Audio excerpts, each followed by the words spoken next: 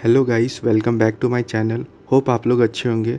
Channel में नए हैं तो चैनल को सब्सक्राइब कर ले और बेल आइकन को भी प्रेस कर दे, जिससे हमारी वीडियो की नोटिफिकेशन आप तक पहुंचती रहे। वीडियो अच्छा लगे तो लाइक एंड शेयर करें। चलिए वीडियो शुरू करते हैं। आज की वीडियो में हम ऐसे 3 स्टॉक्स के बारे में बात करेंगे जिन्हें राकेश झुनझुनवाला सर ने अपने पोर्टफोलियो में ऐड करके रखा था एक लंबे टाइम से, और उन्हें इन स्टॉक्स में बहुत हाई कन्विक्शन थी कि आने वाले समय में ये कंपनीज बहुत अच्छी ग्रोथ कर सकती है और हमें एक अच्छा रिटर्न बनाकर दे सकती है। वीडियो शुरू करने से पहले चलिए सर की स्टॉक मार्केट जर्नी के बारे में थोड़े जानते हैं। अगर आप स्टॉक मार्केट से जुड़े हैं तो आपने राकेश झुनझुनवाला का नाम तो सुना ही होगा। ये एक इंडियन बिलियनर थे जिन्होंने अपनी वेल्थ स्टॉक मार्केट में इन्वेस्टिंग और ट्रेडिंग करके बनाई थी।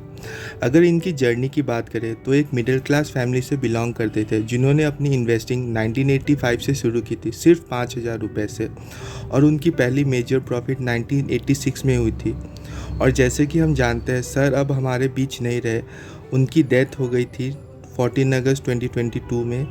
उन्हें मल्टीपल हेल्थ इश्यूज़ थे। इन सब हेल्थ इश्यूज़ के कारण वो सरवाइव नहीं कर पाए और हमें छोड़ के चले गए।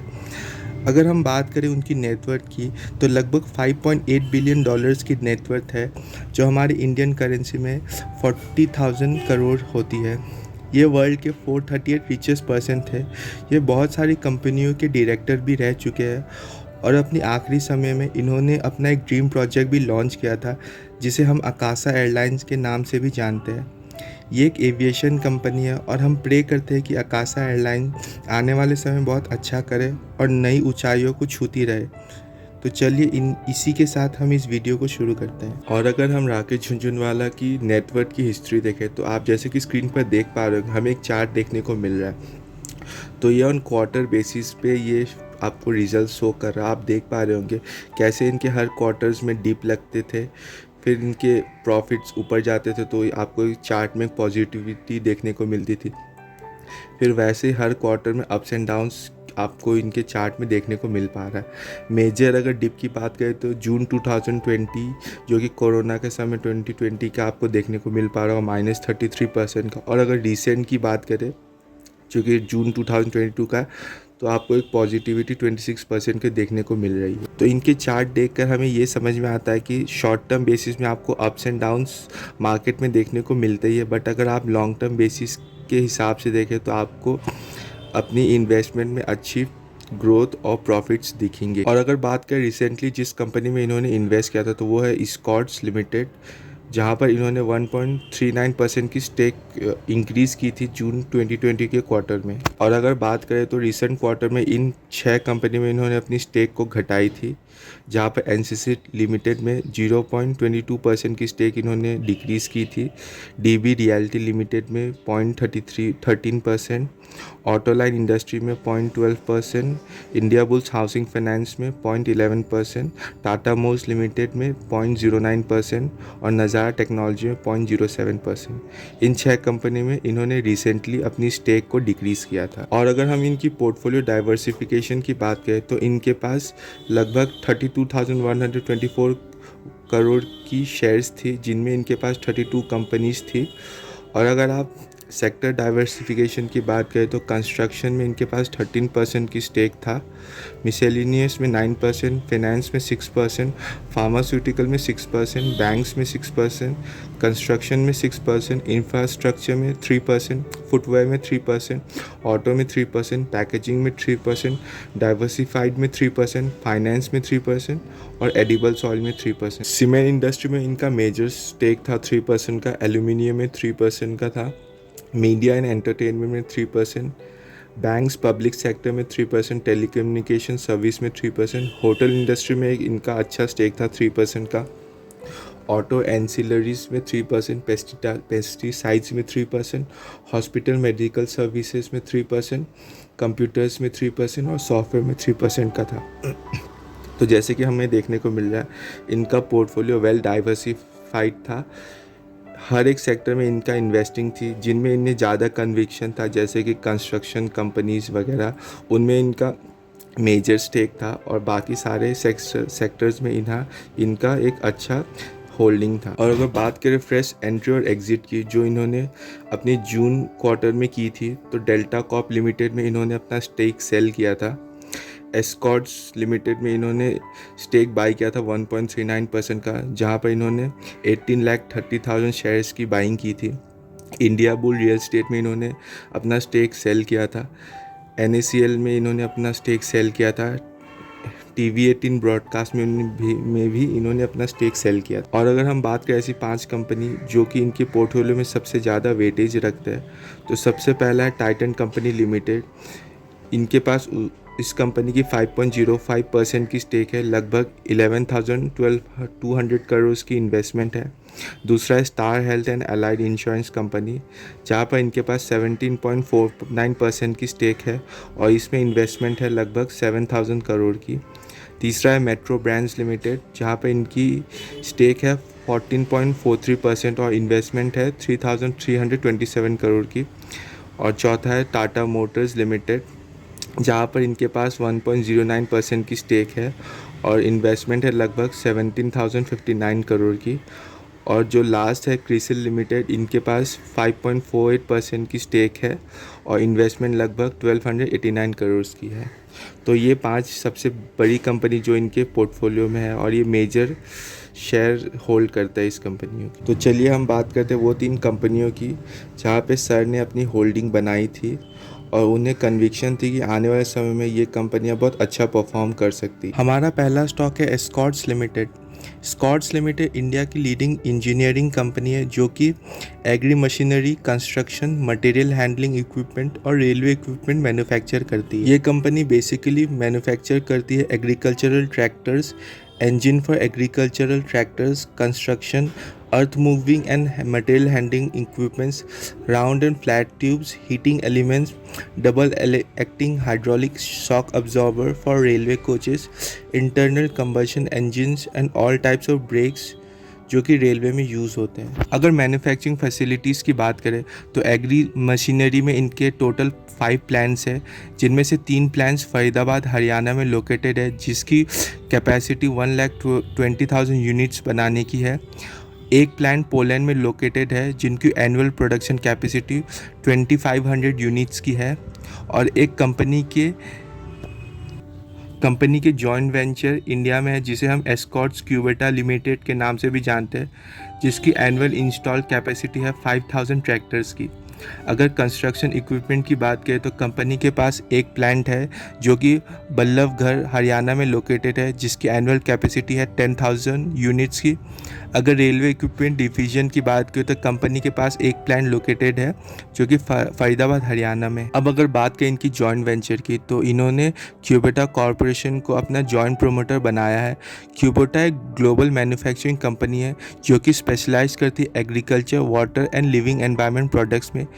इनका नेटवर्क 100 कंट्रीज़ में है और ये दोनों कंपनी की कोलैबोरेशन इनको एक न्यू अपॉर्चुनिटी देगी ग्रोथ करने के लिए और अपनी प्रोडक्ट को एक्सपैंड करने के लिए इन्हें एक ग्लोबल रीच देगा आने वाले समय में। और अगर बात करें कंपनीज के कुछ न्यू प्रोडक्ट्स की, तो कंपनी ने रिसेंटली अपने 6 न्यू ट्रैक्टर वेरिएंट्स लॉन्च किया है, जहाँ पे आपको improve power, fuel efficiency, application suitability और लो मेंटेनेंस फीचर देखने को मिलता है।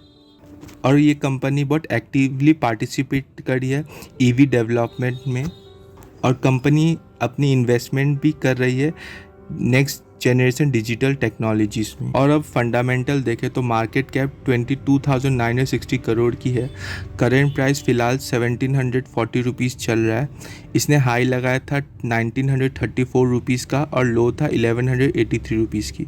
स्टॉक PE आपको 32.9 रुपीज़ का देखने को मिल रहा है। बुक वैल्यू 593 रुपीज़ की है। डिविडेंड यील्ड 0.40% का है। ROC 15% की है और ROE 11% की है, जो कि ठीक ठाक है। फेस वैल्यू 10 रुपीज़ का है। डेट टू इक्विटी 0.01 है, जो कि ठीक है। इस कंपनी के पास 52 करोड़ का डेट है और इस कंपनी का फ्री कैश फ्लो नेगेटिव में। तो ये कंपनी अभी फ़िलहाल एक्सपैंड कर रही है, तो इसलिए इनका कैश फ्लो नेगेटिव में। अगर प्लेज परसेंटेज की बात करें तो 0% है। कोई भी प्रोमोटर ने अपना होल्डिंग्स प्लेज करके नहीं रहा, जो कि एक बहुत अच्छी बात है। प्रोमोटर होल्डिंग भी 72.9% का, जो कि शानदार है। अगर ईपीएस की बात करें तो 53.8% की, जो कि अच्छी मानी जाती है। तो आप इस कंपनी को कंसिडर कर सकते हैं एक लॉन्ग टर्म के लिए। आने वाले समय में आपको बहुत अच्छी ग्रोथ दिखाएगी।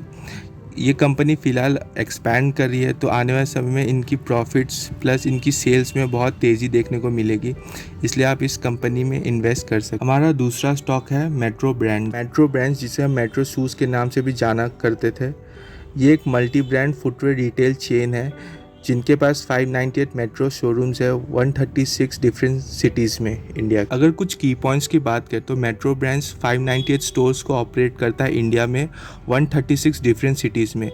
इनका मेन टारगेट है mid and premium segment of footwear market. अगर इनके रिटेल फुटवेयर ब्रांड्स की बात करें तो इनके पास अपने खुद के ब्रांड है मेट्रो, मोची, वॉकअवे, डाविंची, जे फॉन्टिनी, और ये कुछ थर्ड पार्टी ब्रांड्स को भी अपने रिटेल स्टोर्स में रखता है, जैसे कि क्रॉक्स, कैचेस, क्लार्क्स एक्सेट्रा। और इनके पैन इंडिया में इनके स्टोर्स अवेलेबल है। और इनकी रेवेन्यू इन हाउस सेल्स से 69.24% की आती है। और अगर कुछ अदर सर्विसेज की बात करें तो इनके रिटेल स्टोर्स में हमें कुछ एसेसरीज भी देखने को मिलती है, जैसे कि belts, bag, socks, mask, wallets. और ये रिटेल फुट केयर और शू केयर प्रोडक्ट्स भी सेल करते हैं अपने जॉइंट वेंचर के through MV shoe care private limited, जो कि इन्हें एक वन स्टॉप शॉप बनाती है सारे फुटवेयर रिलेटेड एक्सेसरीज के लिए। और अगर पैन इंडिया प्रेजेंस की बात करें तो कंपनी के पास टोटल 598 स्टोर्स है 136 डिफरेंट सिटीज़ में। और इनके स्टोर की network high street, malls, airports से बहुत पास है। और अभी रिसेंटली इन्होंने 127 न्यू मल्टी ब्रांड आउटलेट्स खोले हैं और 110 एक्सक्लूसिव ब्रांड आउटलेट्स खोले हैं 2021 में। इस कंपनी की थर्ड पार्टी मैन्युफैक्चरिंग की तो ये कंपनी अपने सारे प्रोडक्ट्स की आउटसोर्सिंग करती है। इनके पास अपना खुद का कोई मैन्युफैक्चरिंग फैसिलिटी नहीं है, जो कि इन्हें बहुत एसेट लाइट मॉडल बनाता है। इनके पास टॉप 50 वेंडर्स है जो कि इनके 89.95% प्रोडक्ट्स को इन हाउस मैन्युफैक्चर करते हैं। और ये कंपनी की बहुत प्लस पॉइंट है, जो कि आने वाले समय में इसे एक बहुत अच्छी ग्रोथ देगी। और अगर फंडामेंटल्स देखें तो मार्केट कैप 21,942 करोड़ की है। करेंट प्राइस 808 रुपीज़ चल रहा है। इसने हाई लगाया था 940 रुपीज़ का और लो था 426 रुपीज़ की। स्टॉक भी थोड़ी ज़्यादा है 67 रुपीज़ का। बुक वैल्यू 46.6 रुपीज़ की है। डिविडेंड यील्ड 0.29% की है। ROC 19.9% की है और ROC 20.2% की, जो कि बहुत अच्छी मानी जाती है। फेस वैल्यू 5 रुपीज़ का है। डेट टू इक्विटी देखें तो 0.55 है। और डेट देखें तो इस कंपनी के पास 692 करोड़ का कर्ज है। इस कंपनी के पास फ्री कैश फ्लो 172 करोड़ की है। प्रोमोटर्स ने कोई भी अपनी होल्डिंग प्लेज करके नहीं रखी, जो कि बहुत अच्छी बात है। अगर प्रोमोटर होल्डिंग देखें तो 74.3% की है। EPS 12.1% का है, जो कि अच्छी मानी जाती है। तो ऑल ओवर ये कंपनी आने वाले समय में बहुत अच्छी ग्रोथ दिखा सकती है, इसलिए आप इस कंपनी में इन्वेस्ट कर सकते हैं। हमारा तीसरा स्टॉक का नाम है नज़ारा टेक्नोलॉजीज एक leading India based diversified gaming and sports media platform है, जो कि इंडिया, अफ्रीका, नॉर्थ अमेरिका जैसे डेवलप ग्लोबल मार्केट्स में प्रेजेंस रखती है। ये ऑफर करती है interactive gaming, e sports and gamified early learning जैसी इकोसिस्टम्स को। अगर कुछ इंपॉर्टेंट पॉइंट्स की बात करें तो नज़ारा टेक्नोलॉजीज एक leading India based diversified gaming and sports media platform है। इनका प्रेजेंस इंडिया और कुछ डेवलप ग्लोबल मार्केट्स जैसे कि अफ्रीका और नॉर्थ अमेरिका में है। ये कंपनी इंटरैक्टिव गेमिंग और ई स्पोर्ट्स प्रोवाइड करती है और इस कंपनी ने सबसे पहले एंट्री की थी इंडियन ई स्पोर्ट्स मार्केट में। और अगर प्रोज एंड कॉन्स की बात करें तो ये कंपनी ऑलमोस्ट डेट फ्री है और कंपनी से एक अच्छी क्वार्टर रिजल्ट्स की एक्सपेक्टेशन की जा रही है। और इस कंपनी ने अपने डेब्टर डेज को भी बहुत इम्प्रूव किया है। और अगर कॉन्स को देखें तो ये स्टॉक अभी 4.7 टाइम्स ऊपर ट्रेड कर रहा है अपने बुक वैल्यू से। ये कंपनी रिपीटेड प्रॉफिट कर रही है, बट ये कोई डिविडेंड पे आउट नहीं दे रही है। इस कंपनी की प्रोमोटर होल्डिंग थोड़ी सी लो है 19.2% का, और इसकी रिटर्न ऑन इक्विटी भी पिछले 3 सालों से लो है 1.86% का। और ये कंपनी कुछ रिकॉग्नाइजेबल IPs ओन करती है, जैसे कि किडोपिया, नॉर्डविन, WCC, कैरम क्लैश, स्पोर्ट्स कीड़ा, हलाल पे, क्यूनामी जैसी गेम्स को ये ओन कर। अगर प्रॉफिट एंड लॉस की बात करें तो ये कुछ पिछले 5 सालों का डेटा है, और अगर आप सेल्स के कॉलम में देखें तो सेल्स अभी अपने ऑल टाइम हाई पे खड़ा है। ऑपरेटिंग प्रॉफिट देखें तो वो भी अभी ऑल टाइम हाई पे है। नेट प्रॉफिट बिफोर टैक्स देखें तो वो भी अभी ऑल टाइम हाई पे है, और नेट प्रॉफिट भी देखें तो वो भी ऑल टाइम हाई पे। ये कंपनी स्लो एंड स्टेडी अपने प्रॉफिट और सेल्स को इंक्रीज़ करते आ रही है। और जैसे कि हम जानते हैं, कुछ सालों में गेमिंग इंडस्ट्री में बहुत फोकस हुआ है, और अभी तो ये बस स्टार्टिंग है। इस सेक्टर के पास बहुत हेडरूम है ग्रोथ करने के लिए, और अब आने वाले सालों में हमें गेमिंग इंडस्ट्री में बहुत बड़ा बूम देखने को मिलेगा, क्योंकि ये इंडस्ट्री में फोकस होना चालू हो गया है। इसलिए आप इस स्टॉक में भी इन्वेस्ट कर सकते हैं। आने वाले सालों में इस स्टॉक में हमें एक अच्छी ग्रोथ देखने को मिलेगी। ये वीडियो सिर्फ एजुकेशनल पर्पस के लिए है। वीडियो में बताए गए स्टॉक्स में कोई बाइंग या सेलिंग की राय नहीं है। इन्वेस्ट करने से पहले अपने फाइनेंशियल एडवाइज़र को एक बार कंसल्ट कर ले। Thank you. वीडियो अगर अच्छा लगा हो तो वीडियो को ज़रूर लाइक एंड शेयर करें, और हमारे चैनल को सब्सक्राइब कर लीजिए, जिससे हमारी इन्फॉर्मेटिव वीडियो आप तक जल्द से जल्द पहुंचती रही। वीडियो देखने के लिए धन्यवाद।